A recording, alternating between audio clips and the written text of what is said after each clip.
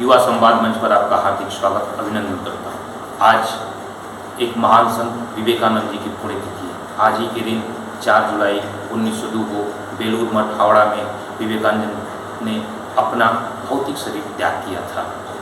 विवेकानंद का नाम लेते ही हमारे मन में उस महान संत की वो वाणी याद आती है जिस वाणी की गर्जना से अमेरिका में आयोजित शिकागो धर्म सम्मेलन में हिंदू धर्म की विराटता का, वैदिक धर्म की गूढ़ता का, वैदिक धर्म के जड़ों की गहराइयों का एहसास हुआ था। आज हम उनकी पुण्यतिथि पे उसी शिकागो धर्म सम्मेलन के 9वें दिन यानी 19 नवंबर को हिंदू धर्म पे दिए गए एक विराट भाषण के कुछ अंशों को आपके सामने प्रस्तुत करना चाहते हैं। उन्होंने अपनी शुरुआत अमेरिका में आए हुए इस धर्म सम्मेलन में तमाम सुधीजनों, तमाम धर्म और संस्कृति के प्रवक्ताओं का स्वागत करते हुए हिंदू धर्म पे संक्षेप में लेकिन बहुत ही विराट और गूढ़ शब्दों के साथ एक बहुत ही गूढ़ चिंतन द्वारा एक निबंध प्रस्तुत किया। इस निबंध का कुछ अंश मैं आपके बीच रखूंगा। विवेकानंद जी अपनी बात शुरू करते हैं तो कहते हैं कि प्रागैतिहासिक काल में 3 धर्म, प्रागैतिहासिक काल अर्थात प्राचीन काल से आज तक ऐसे 3 धर्म हैं जिसमें हिंदू धर्म है, पारसी धर्म है और ईसाई धर्म है, जिसकी स्थिति आज भी विद्यमान है, जिसका अस्तित्व आज भी विद्यमान है। हालांकि वह यह कहते हैं कि यहूदी धर्म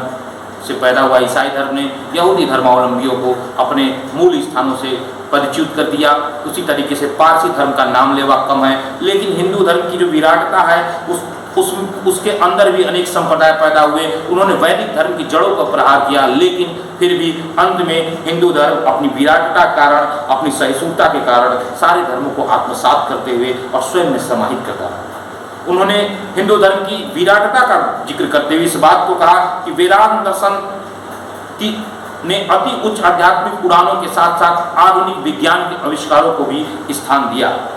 उन्होंने मूर्ति पूजा के विचारों को भी स्थान दिया, साथ ही उन मूर्ति पूजा से उपजे पौराणिक दंत कथाओं को भी स्थान दिया। इसके साथ साथ ही वह बुद्ध के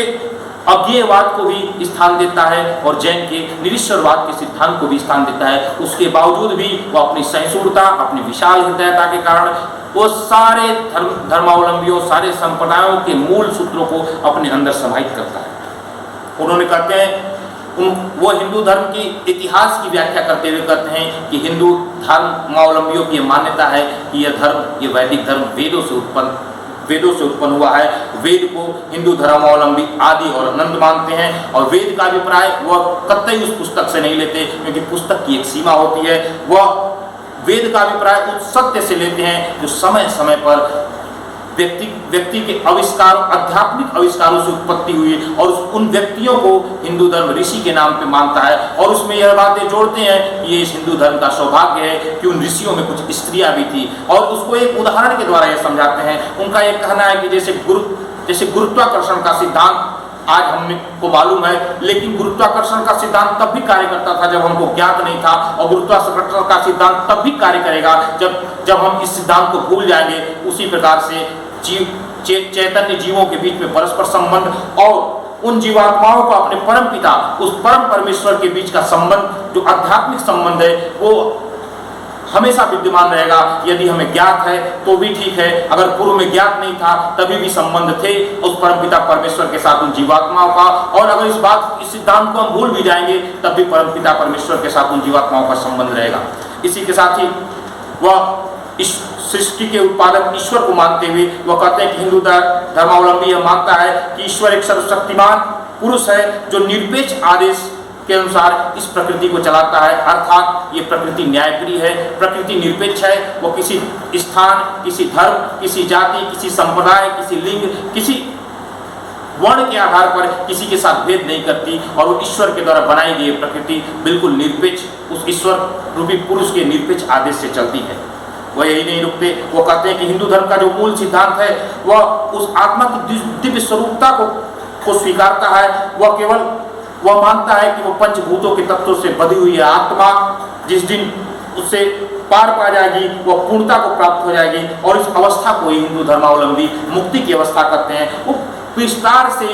इस धर्म सभा में हिंदू धर्मावलंबी और हिंदू मतावलंबियों के जो पुराने जो आधारिक जो वैदिक सूत्र हैं उसको वो वैदिक सूत्रों के आधार पर स्थापित करते हैं। क्योंकि मैं यहाँ संक्षेप में इस बात को कहना चाहूँगा कि एक समय की अपनी परिसीमा है, उसके साथ ही साथ वह हिंदुओं की उस साधन प्रणाली को बताते हैं, कहते हैं हिंदुओं की आस्था किसमें है, हिंदुओं का कर्तव्य परायणता किसमें है। हिंदुओं की कर्तव्य परायणता इस बात को प्रेरित करती है कि वह सदा सतत अध्यावसाय द्वारा उस पूर्ण आत्मा को जाने, उस ईश्वर को प्राप्त करने की अभिप्सा रखें, उस ईश्वर का दर्शन करें और वह अपने इस स्वर्गीय पिता से पूर्ण होकर के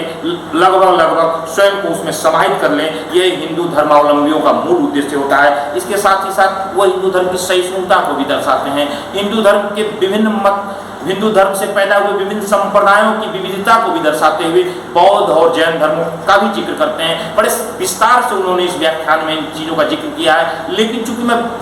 संक्षिप्त में इस बात को बताऊंगा, उनके कुछ शब्दों में ये उन्होंने कहा, यद्यपि बौद्ध और जैन ईश्वर पर विश्वास नहीं करते, ईश्वर पर निर्भर नहीं रहते, लेकिन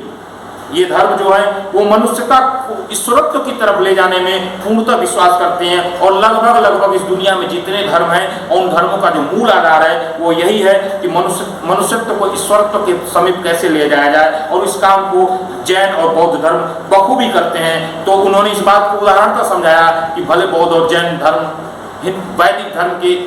विराटता को पूरी तरह महसूस नहीं किए, लेकिन उसको उन्होंने प्रतीकात्मक रूप से समझाया कि जिस तरीके से बौद्ध और जैन धर्म ने पिता को भले न देखा है, लेकिन पुत्र को उन्होंने जरूर देखा है, और जब पुत्र को देख लिया तो पिता के जरूर दर्शन होंगे। और इस बात की पुष्टि वो व्यास जी की उस उक्ति के साथ करते हैं, जिसमें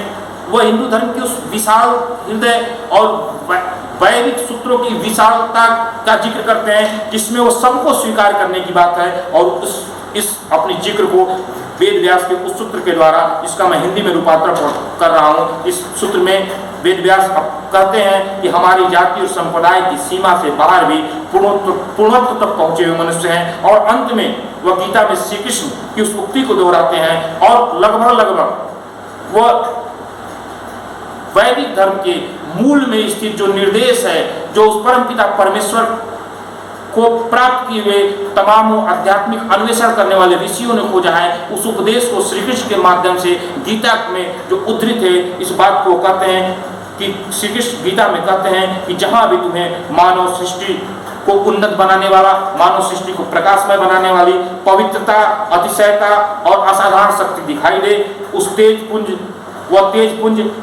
मेरे ही अंश से उत्पन्न हुआ है, उसको स्वीकार करो। इस प्रकार से विवेकानंद सर्वधर्म समभाव की बात करते हैं। विवेकानंद हिंदू धर्म के वैदिक दर्शन की विराटता को वैचारिक मूल्यमा पहनाते हुए अमेरिका के उस विश्व धर्म सम्मेलन में उस धर्म की विराटता को प्रस्तुत करते हुए यह बताते हैं कि हमारा देश, जो कि उस समय जो नई औद्योगिक क्रांति हो रही थी, जो नई दुनिया का उदय हुआ था, उस समय हमारे देश की पहचान एक तरीके से झाड़ फूक वाले देश, एक तरीके से सपेरों वाले देश, एक तरीके से काले जादू टोने वाले देशों के रूप में थी। और यह देश लगभग 1000 साल की गुलामी से जकड़ा हुआ देश था, और इस देश ने अपनी महानता को खो दिया था, देश ने अपने गौरव को खो दिया था। उस गौरव को संपूर्ण विश्व के सामने प्रतिस्थापित करने वाले, पूर्ण रूप से उस सत्य को उद्घाटित करने का काम स्वामी विवेकानंद करते हैं। आज उनकी पुण्यतिथि है। मैं आज उस महान आत्मा, उस महान संत को इस युवा संवाद मंच के माध्यम से उसको नमन करता हूं, और आपका भी आभार प्रकट करता हूं कि आपने समय दिया। और इसके साथ ही मैं अगले वीडियो आने तक मैं डॉक्टर सम्मी आपसे विदा लेता हूं और आपको धन्यवाद अर्पित करता हूं। धन्यवाद।